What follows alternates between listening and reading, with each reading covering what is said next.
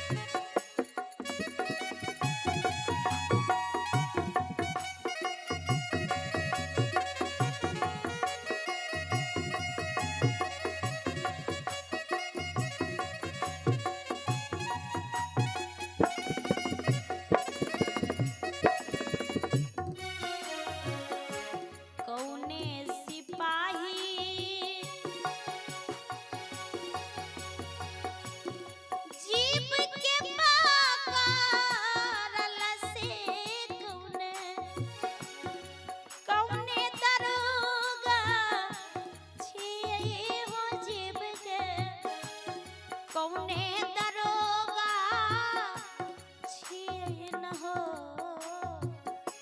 ललना रे कौने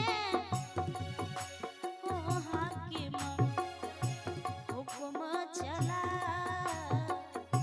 बैसे जीव जीवराम कैद भेलई हो करम सिपाही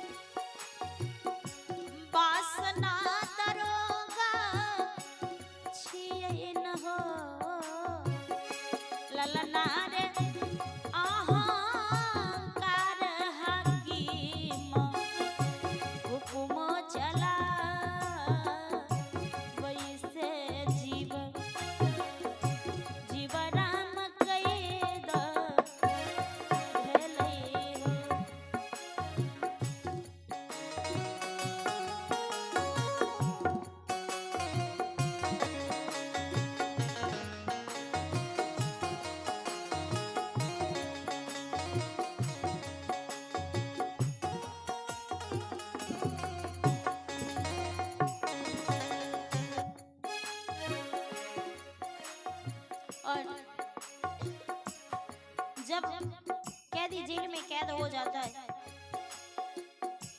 तो उसे छुड़ाने के लिए बहुत सारी प्रक्रिया करनी पड़ती है, बेल कराना होता है, जमानत गुजारना होता है और भी बहुत कुछ, तब जाके रिहाई मिलती है।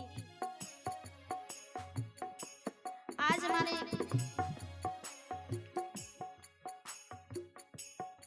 दूर दराज से संत महापुरुषों का पदार्पण हुआ है आपके इस सेडी सिमरिया ग्राम की पावन धरती पे। हमारे स्वर्गवासी माता स्वर्गीय शकुंती देवी जो स्वर्ग से धार गई, तो इनके तीनों सुपुत्रों ने बड़े ही तन मन धन से सारे क्रियाकर्मों को किया और फिर आज ये सत्संग भजन भंडारा का आयोजन किए हैं, जिसमें दूर दराज से संत महापुरुषों का पदार्पण हुआ है। गुरु महाराज आए, गए कलाकार लोग आए हैं, क्यों? परिवी लगाने के लिए कि हे परमात्मा, है ईश्वर, है सदगुरु, स्वर्गवासी स्वर्गीय शकुंती देवी जी को आत्मा को सुख शांति प्रदान करें। साधु बाबा करते हो पैरवी,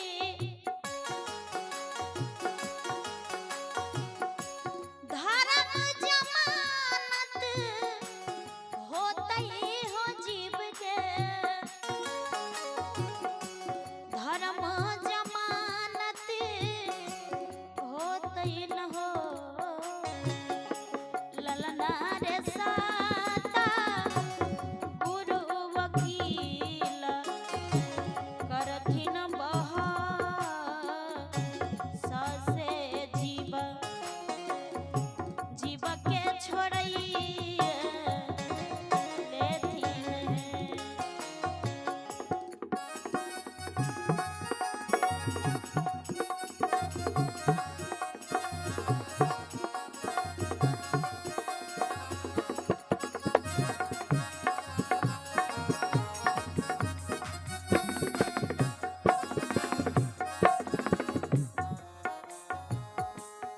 मुक्त स्वरूप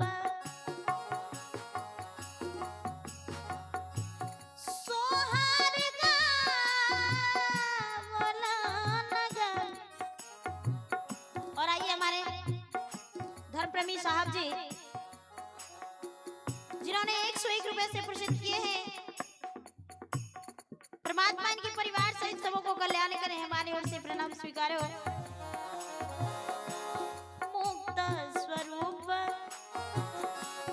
सोहर गावला नगावी, गावी के सुना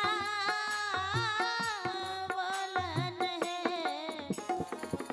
ललना रे जुगा जुगा शांत करे रखबा से जीव, जीव के जगा बोलन है।